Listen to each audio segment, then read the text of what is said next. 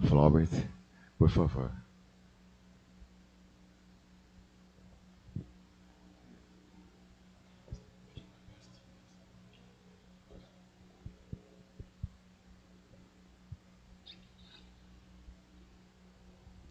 Uma boa noite a todos. É com muita felicidade que eu volto a essa cidade que, para mim, eu guardo com muito carinho. Eu sempre comento que, no início da minha carreira como professor, educador, biólogo, eu vim lecionar no colégio particular aqui de Jaú por 2 anos, né? E aí as responsabilidades, o caminho da vida vai levando a gente para outros meios, né? E eu acabei deixando a cidade. Mas pouco mais tempo eu voltei, infelizmente, né? Porque minha sogra veio se internar no Hospital Amaral Carvalho e veio a desencarnar, tá? Mas é um momento de tristeza para alguns, libertação para outros, mas um fato da vida que nós espíritas devemos entender muito bem, né? Assim como a casa recebe com muito carinho, né? O Luiz recebe um abraço forte de um irmão que a gente fica tempo sem se ver e quando se vê, a gente parece que nos vimos ontem, né? O doutor também, quando a gente se vê, conversa, bastante papo. E eu adoro, né, como biólogo, a parte de ciência, a parte de científica. Então a gente se deixar fica horas conversando, né? E como todo espírita sabe que nós estamos no finalzinho de prova e expiação, é uma tentação chegar na casa e ter a feirinha lá embaixo de doces e salgados, né? Porque a gente prova, espia outro, vai provar, espia outro, né, e leva para casa ainda para comer, né? Então, nesse momento de prova e expiação, o espírita sabe muito bem como é as tentações da gula, né? Então, hoje, para a gente começar a nossa palestra, eu vou pedir para que todos possam esquecer o que se passa lá fora, prestar muita atenção, porque hoje a palestra pode ser rígida demais, ou pode ser muito suave, dependendo do entendimento de cada um. Pois o tema é um tema tanto quanto batido, né? A fé transporta montanhas. E o item, a fé humana e fé divina, para mim, está com um sentido diferente do sentido original. E que ao longo da palestra nós vamos conversando para poder entender qual que é esse sentido, tá? Primeiramente, eu vos convido a observar muito detalhadamente essa imagem dessa cadeia montanhosa. Qual que é a primeira impressão que te passa? Uma tela bonita? Uma paisagem reconfortante? Eu, como professor, gosto de fazer bastante indagações, tá? Mas fiquem à vontade em responder também. Qual que é o sentimento que te passa em observar essa imagem? Frio. Como? Paz. O que mais? Beleza. Eu adoro uma plateia assim. O que mais? Dificuldade para viver. É um sentimento, né? Boa, um sentimento. Agora eu vou fazer um outro convite. E se você for colocado ao pé da montanha, qual é o sentimento que agora passa pela sua cabeça? Ao pé da montanha, olhando para o alto, qual é o sentimento que te passa? Medo? Ansiedade? Tranquilidade? Oi? Desafio. Como dificuldade para viver aqui, né? Mas é interessante, se a gente observar os detalhes desta imagem, ela traz tanta beleza. A gente vê lá ao fundo uma cadeia montanhosa, neve, algumas plantas aqui na frente, uma vegetação interessante, né? O que era o que sobrou de um riozinho que no verão ali, né, desse ambiente ele se enche de água, porque ocorre o degelo das montanhas. Ali o que parece uma cachoeira nesse cantinho aqui, né? Mas está congelada, está com neve. Pois enfim, lá nós estamos no começo, no pé da montanha. E aí você recebe a missão de estar no topo da montanha. Você vai precisar chegar no topo da montanha. Qual que é o seu sentimento agora?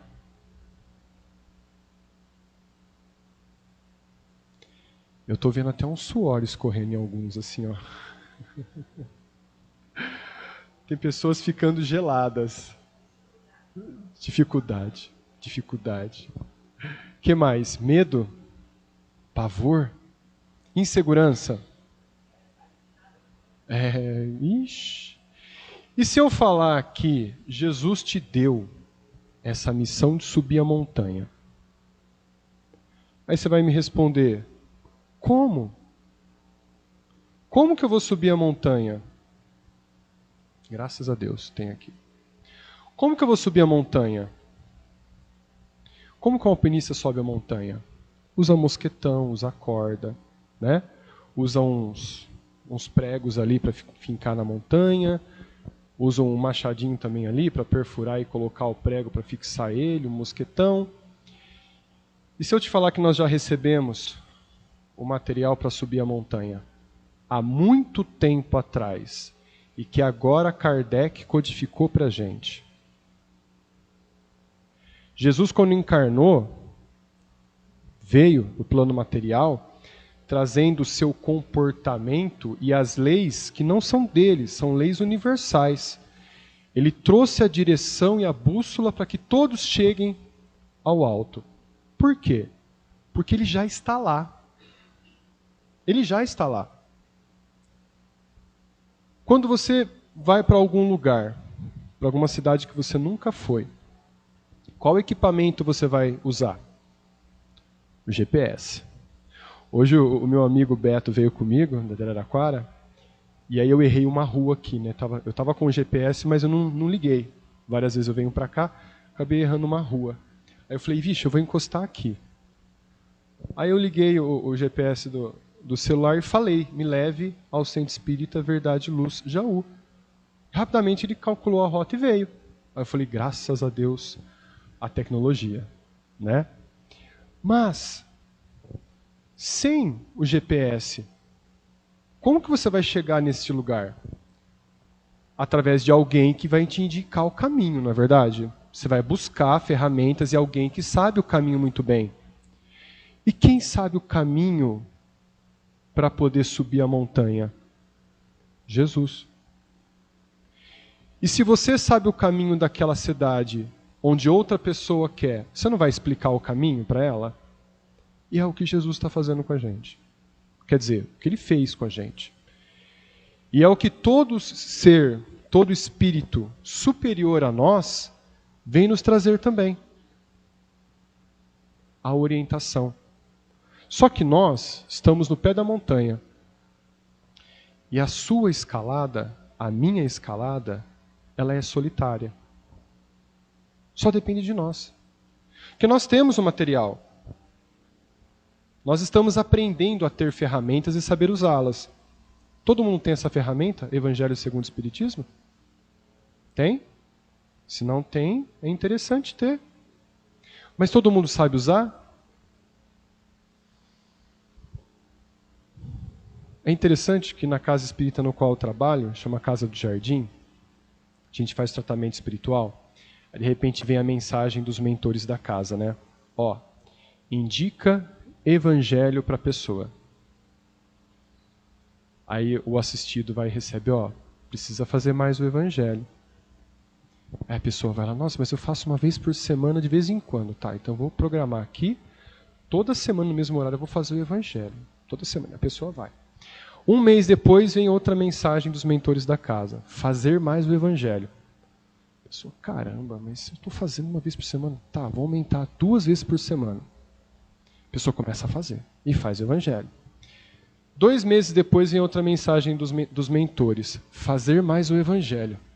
Mas, meu Deus, vou fazer todo dia então. A pessoa não entendeu. O que é fazer o evangelho? É viver o evangelho. Alguém vive o evangelho? difícil. Eu não consigo viver o Evangelho, acho que nem 1% dele. Nós estamos aprendendo. Ah, mas para o palestrante é fácil. Não. Sou uma pessoa comum. Sou uma pessoa com mais responsabilidade e muito a se pagar para a sociedade, porque em vidas anteriores nós usamos da palavra para convencer e desviar. Por isso nós estamos aqui hoje declamando o Evangelho de Jesus, que é puro e reto. Para os senhores terem uma ideia, até os 19 não, até os 23 anos mais ou menos, eu era uma pessoa gaga. Gago, nunca imaginei falar em público. E toda vez que eu vou mentir, a gagueira aparece. Minha esposa sabe. Não fui eu. Foi, sim. Minha filha. Então, para que isso? Toda vez que você se desviar do caminho, você vai gaguejar. Você vai demonstrar que está desviando do caminho. E hoje, como professor, precisa se orientar. E bem orientado.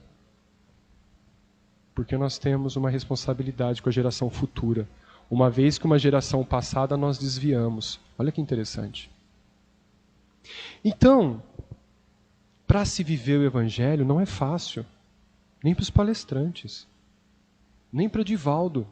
Nem para o Chico. Chico era todo amor, toda caridade. Emmanuel era tão duro com ele. Muito duro. Então, para nós chegarmos até ali em cima, a gente tem que fazer os nossos próprios esforços. A gente vai olhar, todo mundo em volta de nós. Uns um degrauzinho mais acima, outros um degrauzinho mais embaixo.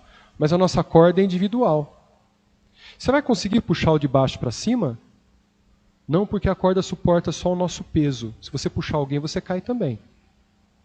Você fazer esse esforço para outra pessoa. E se alguém te puxar para cima, a corda dela também arrebenta. E o que a gente faz com os nossos amigos, companheiros, companheiras, filhos, irmãos? A gente quer puxar com a gente. Quer fazer com que a pessoa não sofra o que ela precisa entender. A gente quer fazer por ela. Não é verdade? A gente não quer deixar sofrer. Principalmente as crianças. Sou educador. Educador de coração. Professor de profissão. Não que eu eduque o coração, mas toda vez que eu tentei sair da educação, me puxou de um jeito que volta para cá. Dessa forma. Então eu vejo que todas as crianças que não são permitidas desenvolverem por si, sofrer um pouco, se frustram muito, caem muito, é muita ansiedade, muita depressão, porque sempre tem alguém fazendo por elas alguma coisa. Será que ela vai querer que faça alguma coisa? Que ela vai fazer alguma coisa? Não, sempre alguém está fazendo. E é esse o nosso problema. A gente sempre tem alguém que culpar. Não é? Da falta de esforço que a gente faz. Porque a escalada é grande. Só que o material é nosso. O esforço tem que ser nosso. A gente vai colocar o pé em algum lugar, o pé escorrega, a gente e chora. E dói. E dói muito. Se ninguém percebeu que doeu em alguém, é porque essa pessoa chora no quarto, ao dormir, no banho, onde as lágrimas se confundem com a água, não dá para ver. É ou não é? E qual que é o sentido da dor? A dor é a melhor professora que nós podemos ter para a nossa educação espiritual.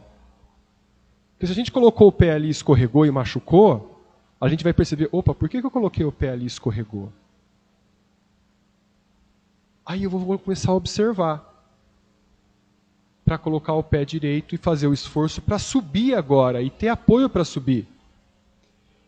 E quando a gente patina várias vezes e não sai do lugar? E a gente teima, eu quero colocar o pé ali. Eu vou subir por ali, eu não quero nem saber. E ali é o pior lugar para subir. A gente teima por esse caminho. Será que esse é o seu caminho de verdade? Reparem, se as quedas são sempre as mesmas, será que é esse o nosso caminho? Então, Jesus vai orientando nessa paisagem maravilhosa, porém, com a missão de chegar ao alto da montanha. Ali é onde os seres crísticos ficam. Quer dizer, chegam, porque nenhum está lá em cima. Eles estão aonde? Ao pé da montanha, cuidando de todos os irmãos que foram criados por Deus. Nós. Então Jesus tem também toda uma legião daqueles que são elevados que também estão cuidando de nós. Por isso que a nossa caminhada ela é solitária. Ela é solitária, porque os nossos esforços vão ter que ser feitos. Porém, nós não estamos sozinhos, tem sempre alguém para orientar. Basta que a gente ouça. Nós temos ouvidos de ouvir?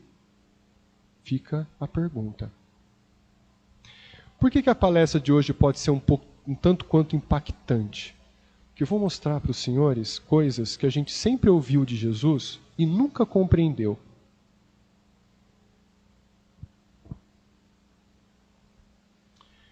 O que é fé? Fé é a crença, a convicção intensa e persistente em algo abstrato. Pode existir ou não. Que, para a pessoa que acredita, se torna verdade. Eu, como biólogo, e gosto muito de estudar a ciência, para mim tudo é energia. Começando lá da teoria das cordas. Ali é o princípio. Onde a energia que a gente nunca vai ver, ela é estudada por cálculos matemáticos e foi ali encontrada através do choque de partículas que estavam no acelerador químico. Ali foi descoberto que se comprovou que Einstein estava certo. A luz é a energia condensada. E toda essa energia sutil, que a gente não consegue tocar, porque nós somos muito densos, ela é formada por energias ínfimas ainda, menores. E se nós somos feitos de átomos, e esses átomos têm energia, então o nosso pensamento cria. Concorda? Então, se você tem a convicção de que algo existe, ele vai se materializar. Quem aqui tem depressão? Quem aqui tem ansiedade? Ora, como que a ansiedade acontece, como que a depressão acontece? A ansiedade acontece em algo que não aconteceu ainda, mas você quer tanto que aconteça que o negócio começa, vai acontecer, e vai acontecer. Você começa a criar na mente. E começa a ter reações no corpo de acelerar o coração, começa a ter tremedeira, porque você não quer que acelere o coração, mas começa a disparar adrenalina. E o corpo começa a reagir, começa a ficar ofegante, dá a sensação que o ar não está entrando. É isso? Sim. E a depressão? É uma memória que ficou, que a gente não esquece, e que vem e toca a gente e deixa a gente para baixo. Não é? E a gente sempre lamenta aquela história que passou, ou aquela memória, e a gente não consegue desapegar. É isso? A mente não está criando nos dois sentidos? Aquilo tudo já passou?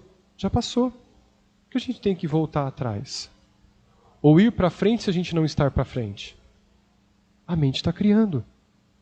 Isso é fé. O problema da fé, da palavra fé, é que o ser humano colocou ela como forma religiosa. E a fé é aquilo que você acredita. Quem viu Deus já? A forma dele. Quem entende realmente o que é Deus? Eu estou enxergando Deus aqui em tudo. Em tudo. Se nós temos a centelha divina, que é a criação de Deus, tudo está em Deus e Deus está em tudo. Isso é ciência, mas também é considerada como fé. Então, para a gente começar a adentrar o capítulo, a gente vai começar a falar sobre fé na religião. Capítulo 19 do livro Evangelho segundo o Espiritismo. A fé transporta montanhas. Eu vou ler de forma diferente como eu entendo, tá? A fé humana é divina, não é divina, e a gente vai entender. A fé é o sentido inato no homem, ou seja, nasceu com o homem. Da sua destinação. É a consciência das prodigiosas faculdades que traz em germe no íntimo, está lá adormecida, no íntimo da sua criação. A princípio, em estado latente, adormecido, mas que ele deve fazer germinar e crescer através da sua vontade ativa. Leon Denis dizia: a alma dorme na pedra, sonha no vegetal, agita-se no animal e acorda no homem. Então nós temos 4 grandes reinos: reino mineral, reino vegetal, reino animal e reino hominal. Esta é a evolução segundo codificação de Kardec e dos espíritos venerandos que vieram trazer a tradução de Jesus. Então todos nós iniciamos puros e ignorantes como um átomo. Como início da criação, o Big Bang. Que já está descrito na Bíblia. Gênesis, as primeiras frases. O Espírito de Deus pairava sobre as águas. E tudo era escuridão. E Deus diz que se faça luz. E a luz foi feita. E quando a gente explica o Big Bang, está lá. Toda a energia do universo estava concentrada num ponto cósmico, onde não existia nada. E da inconsistência energética se expandiu o universo. Expansão de luz e matéria. E que se faça luz. Há 13,7 bilhões de anos atrás. Então, muitos de nós fomos criados nessa época. E que Jesus já era o Cristo. Quando a terra foi criada, Jesus recebeu das mãos excelsas, angelicais, uma parte do sol para desenvolver a terra. Está escrito no livro A Caminho da Luz, de Emmanuel, em Evolução em 2 Mundos, de André Luiz. Isso a gente pode entender se Cristo presenciou a formação da terra por ele, recebendo essa massa do sol, partículas, ele já era o Cristo. A gente tem ideia de quantos anos tem Jesus? Não dá para entender. Jesus aqui por nós é chamado de Jesus Cristo. Em outros orbes é chamado de Sananda, como nós temos ali várias cartas psicografadas, psicofonia, de extraterrestres. Meu Deus, você vai falar de extraterrestre no centro espírita? Ué, há tantas moradas na casa de meu pai, quem não mora no planeta Terra é extra da Terra, extraterrestre. Não é? Então, é difícil falar de extraterrestre no centro espírita? Não. Se Jesus acolheu todos na Terra, sem distinção, dos ladrões, dos cobradores de impostos, de prostitutas, dos saduceus, dos fariseus, por que nós vamos fazer diferenças então? É essa o nosso bloqueio? Se de repente aqui incorporar um preto velho, será que foi amando das sombras? Não. Nós estamos recebendo muitas mensagens que a falange do Cristo foi muito mal interpretadas. E isso a gente vai entender. Se a gente se olhar, Olha quantas pessoas diferentes. E por que não no plano espiritual, cada um cuidando de algo diferente, tendo formas diferentes, mas todos trabalhando para a evolução? No grupo de estudos que nós temos online, os estudantes da luz, nós estamos estudando um livro da Umbanda, Tambores de Angola, que só no prefácio já trouxe uma representação do amor e da caridade muito grande. Amor e caridade. Alguns dos senhores teriam coragem de guardar um cemitério? Guardar, proteger um cemitério? Alguém teria essa coragem? Então, como seria um espírito que guardaria um cemitério? Para que guardar um cemitério, professor? Desculpa, Flaubert. Vocês imaginam sala de aula, né? Por que guardar um cemitério? Pois bem, quando alguém desencarna, sobra nele ainda um ectoplasma importante. Uma bioenergia extremamente valiosa no plano espiritual. E que é capturada para ser utilizada em laboratórios científicos das sombras, obsessões, ovoides, chips de obsessões. Faz sentido? Então, quando uma pessoa desencarna, ainda tem um resquício de energia. E alguém precisa guardar. Já ouviram falar de Exu Caveira? Será que seria uma forma branda, linda, suave, angelical num cemitério? Não. Qual é a forma? Manto preto, um rosto de caveira. Para quê? O manto preto é proteção. Nada de capa e seguido das sombras. Uma proteção energética. E por que a forma de caveira? Imagine que você se suicidou. Indiretamente. Pela comida, pelo cigarro, pela bebida. A gente vai passar um tempinho do lado do corpo, concorda? Imagina a gente enxergando a decomposição do corpo. Principalmente para um suicida direto. Vai acompanhar a decomposição do corpo. Ele vai se ver como caveira. Como será que ele vai ter confiança para ajudar ele? Um igual a ele ou um ser angelical? Igual a ele. Faz sentido? Perceberam? Como que um índio vai ser ajudado numa tribo que está tão revoltado com ódio? Quem que ele vai estender a mão para ser ajudado? Através de um índio ou de um médico? Ou de um cientista? Ou de um filósofo? De um outro índio? De um caboclo? E um escravo? Espírito de um escravo, um preto velho. Olha como a falange de Jesus ela se estende e a gente não compreende. Porque é importante a gente entender a mensagem, não a forma com que a pessoa se apresenta. Se a mensagem é carregada de luz, qual a importância da forma? Senhores, me dão licença? Eu vim social para chamar mais atenção. Porque se eu viesse de regata e bermuda, quem iria dar atenção para mim? Numa palestra?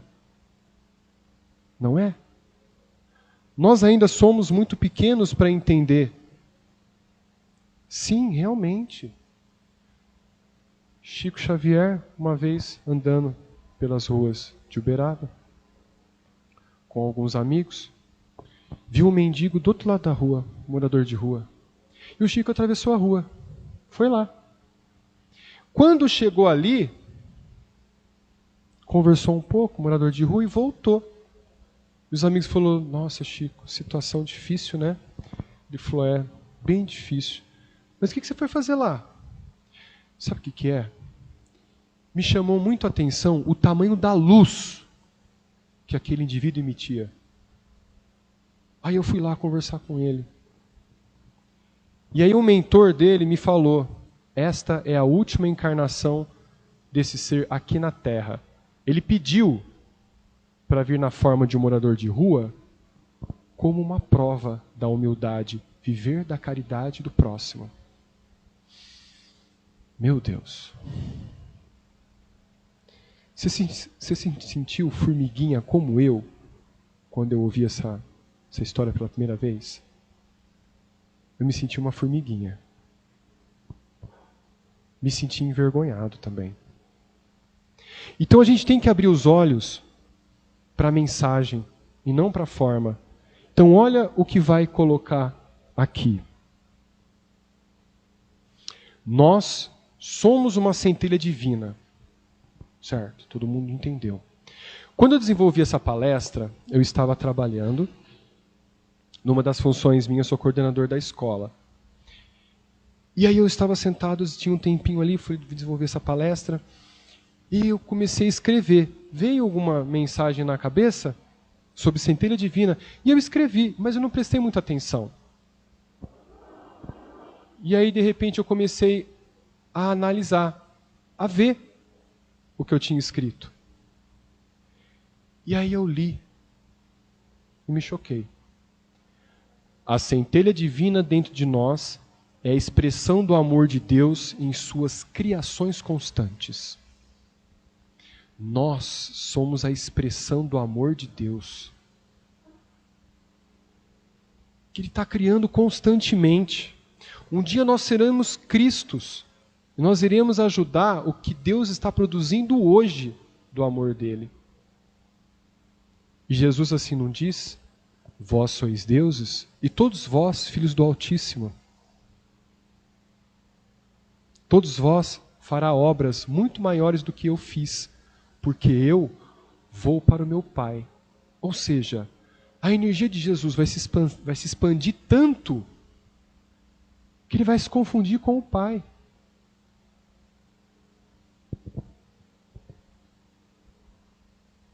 Então a gente continua. Até o presente, a fé só foi compreendida no seu sentido religioso.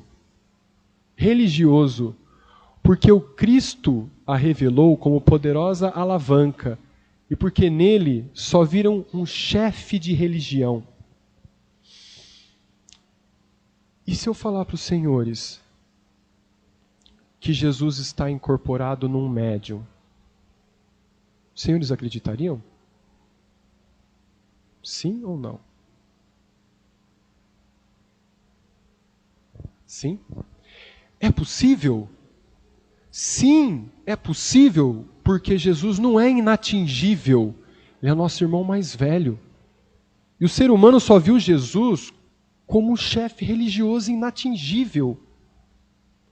E a gente imagina Jesus como alguém que a gente não possa tocar. Por que ele não pode aparecer para você? Em sonho? Pode te dar uma mensagem? Você não pode se ligar a ele intimamente? Claro, pode. Sim. Então Jesus não é inatingível. Nós precisamos entender isso definitivamente, para que a gente possa compreender que Jesus foi como nós um dia. Como Leon Denis disse, nós temos 4 reinos, assim como Kardec codificou, Jesus também estava no reino mineral. E Jesus é conhecido no universo como o espírito que evoluiu mais rápido para a esfera crística. Rápido. Por quê? Pelos próprios esforços, porque ele quis evoluir rápido. Porque tem espíritos muito mais velhos que Jesus, não neste universo, e que estão na esfera um pouco mais abaixo. Porque não se esforçaram tanto para evoluir como Jesus. E nós? Será que nós estamos no 2º, 3º ou 4º exílio? Todo mundo aqui acredita em reencarnação? Todo mundo, né? Então todos nós não somos desse planeta. Como diz o Chico. Diria o Chico, né? Todos aqueles que acreditam em reencarnação foram exilados para cá. Aqueles que estão começando, reencarnação, acha? Alguém vai morrer e vai voltar? De que jeito? Não compreende. Isso é motivo de chacota? Não. É motivo de esclarecimento. Se você esclarecer sem ir para a luta, sem ir ao debate, você está fazendo uma caridade. Você está esclarecendo de alguma forma. A pessoa não quis ouvir, não tem problema, não é a hora dela. Assim como um aluno que tenta ensinar, ele não quer ouvir agora, não tem problema. Chega uma hora que vai dar o estalo. Eu chamo de luz do conhecimento. A minha luz do conhecimento veio com 19 anos de idade. Enquanto isso, na escola, meus alunos não ouçam, né? Eu era muito bagunceiro. Quando chegou a luz do conhecimento ali, opa, o que eu estou fazendo? Nossa, quanto tempo perdido. Mas foi a hora que me cabia. A hora da maturidade. E cada um de nós temos essa maturidade. Em todas as áreas do sentimento. Do amor, da paixão, da caridade, do apego, do bem material, do ciúme, todo mundo tem. Nós estamos aqui para poder raciocinar. Porque quando o ser passou pelo reino vegetal, depois pelo animal, ele estava nada mais nada menos que criando o reflexo para a vida humana. E que agora na vida humana, com a inteligência, a gente tem diversos atributos que a gente exercitou para virar um reflexo. Por exemplo, todos nós estamos respirando e você só percebeu porque eu falei.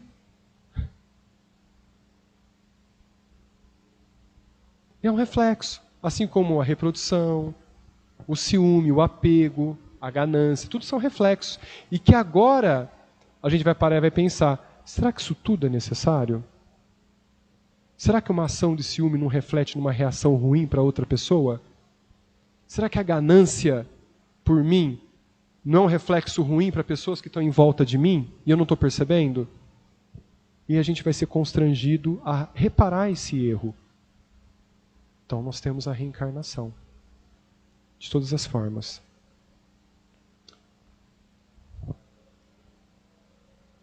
Mas o Cristo que realizou verdadeiros milagres mostrou por esses mesmos milagres quanto pode o homem que tem fé, ou seja, que tem a vontade de querer e a certeza de que essa vontade pode realizar por si mesma. Quando a gente conhece algo e tem certeza sobre aquilo, a gente aumenta a nossa fé. Eu acredito que aconteça. Por exemplo, você acredita que você vai passar o Natal com seus familiares? Sim, vamos chegar, dezembro, vai chegar Natal. E se a sua encarnação acabar antes do Natal? Oh, mas pelo amor de Deus, não. Pode acontecer. A gente pode sair daqui e desencarnar. Todos estão prontos? Não, nem eu. Não. Espírita tem medo da morte? Não, tem medo de que forma vai morrer, não é? Aí dói, hein?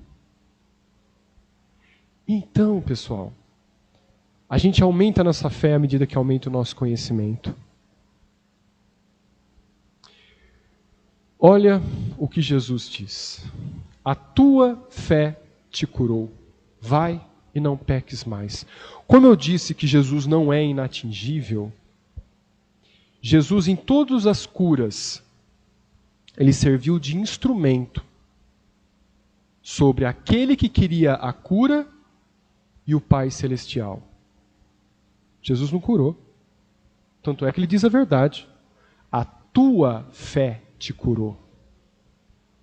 Jesus curou a todos que via na frente? Não. Quem que ele curava? Aquele que acreditava que tinha fé. Muita gente não tinha fé, queria cura, mas não tinha fé. E não foi feita a cura. Porque a cura não vem dele, vem daquele que pede.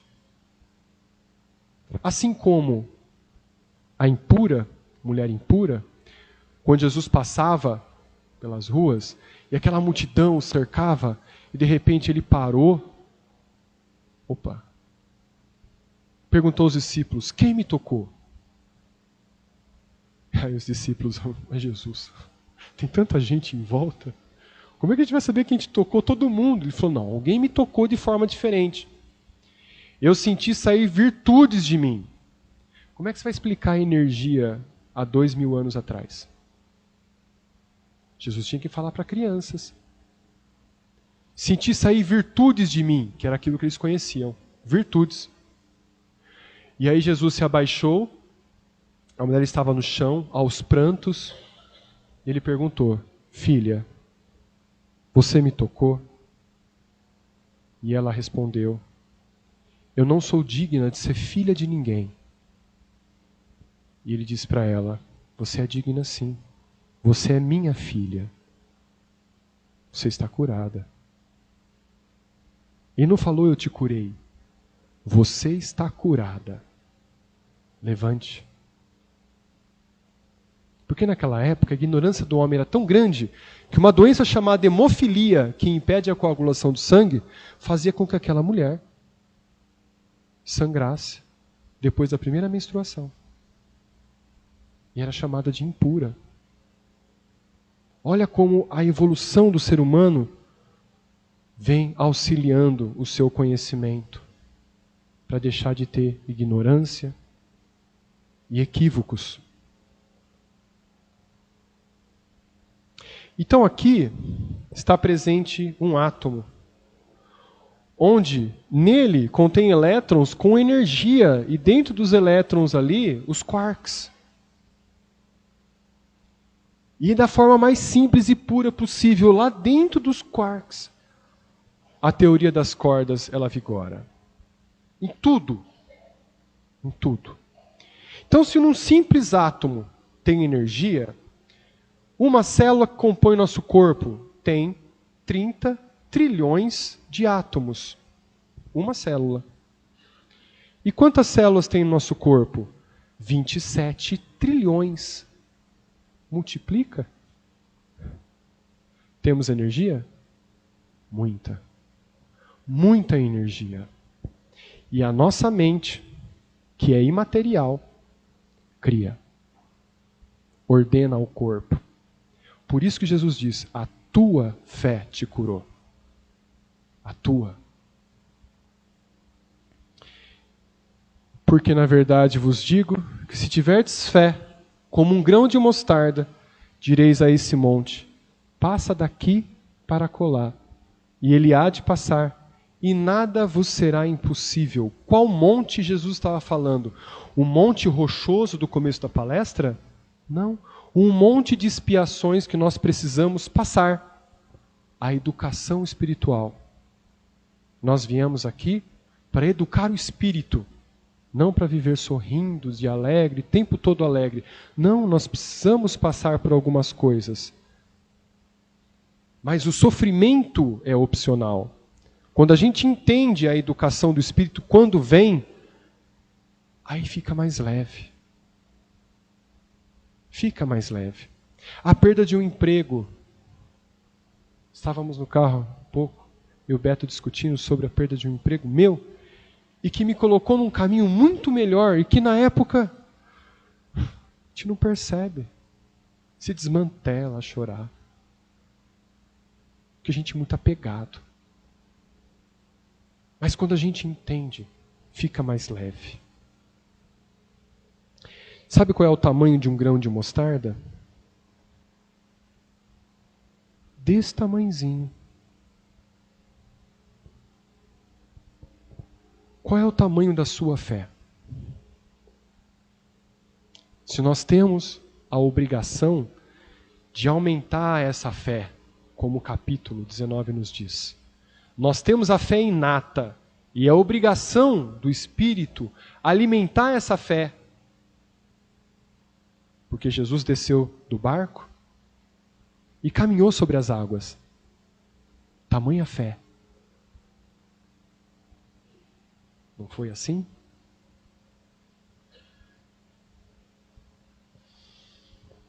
Para a gente terminar, olhem esta imagem. Mas vamos separar em 3 momentos. Primeiro, observem apenas o doente. A pessoa que tem lepra. O leproso. Qual o sentimento que te causa?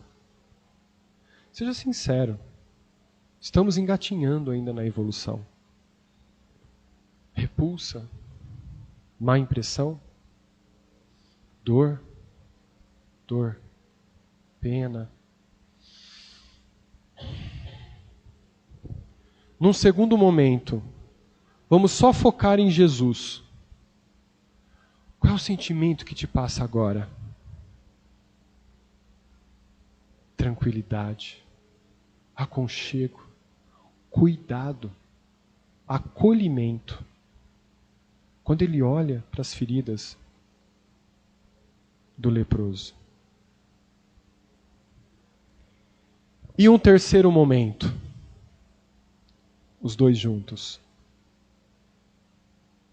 O homem leproso somos todos nós. Que cada um de nós tem umas chagas que precisa cicatrizar. E essa cicatrização depende de nós, exclusivamente de nós. Mas Jesus está cuidando de nós, colocando a gente no caminho que é para a gente ter ferramentas para se curar. Aquele emprego com o chefe difícil, aquele companheiro difícil, a companheira difícil, a mãe ou o pai difícil, o irmão complicadinho. Se você não tem um irmão complicadinho, acho que o complicadinho pode ser você.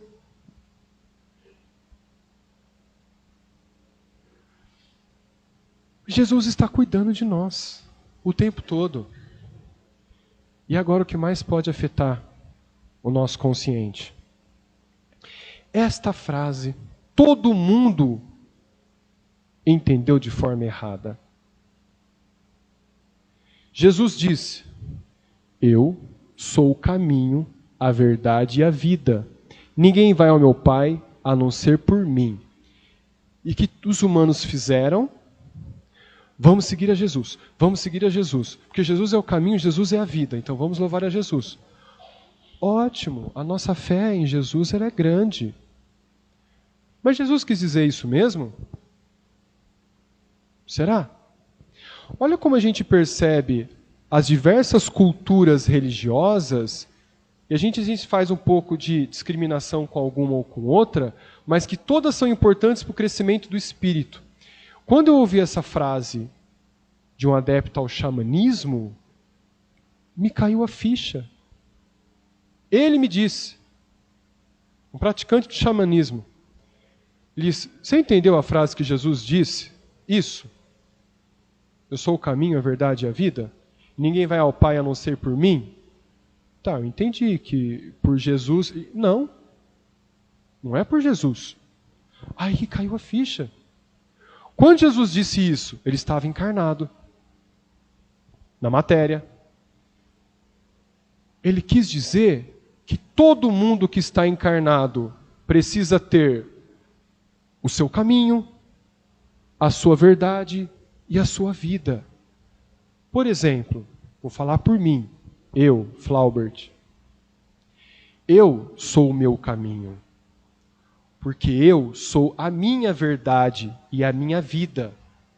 E ninguém vai ao Pai a não ser por mim mesmo, os meus esforços. A montanha, a escalada da montanha, os meus esforços. Então coloquem essa frase para os senhores. Você é o caminho. Você é a verdade. Você é a vida. E ninguém chega ao Pai a não ser pelos seus esforços.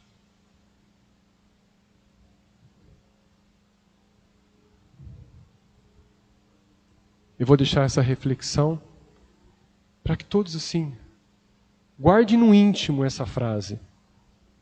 Não se julgue menor nem maior que ninguém, porque cada um tem a educação espiritual que precisa e necessita desenvolver. E aí eu termino a palestra demonstrando o canal que a gente desenvolve estudo. O canal só leva o meu nome, estava comentando aí o Beto, agora viajando para cá, só leva o meu nome porque no começo eu comecei a agregar palestras. E agora nós estamos divulgando os estudos, como aqui tem estudo nos domínios da mediunidade, estudos online que nós começamos na pandemia, né? Quem quiser fazer parte, eu não sei se... Não, esqueci, é só o QR Code do canal. Mas quem quiser fazer parte do grupo dos estudantes da luz, que nós nos reunimos todas as sextas-feiras às 20 horas, lá nos vídeos dos estudos, a gente faz ao vivo também pelo YouTube, e a plataforma é Google Meet, mas a gente joga para ao vivo também. Lá tem o link do grupo, e tem muita gente aqui de Jaú participando. Tem mais de 40 participantes. Nós temos participantes do Rio Grande do Norte, né, do Sul, do Rio de Janeiro, Campos do Jordão. Então, o grupo é aberto para quem deseja estudar. Então eu deixo a todos com uma oração final e a doce imagem de Jesus e o convite para a evolução.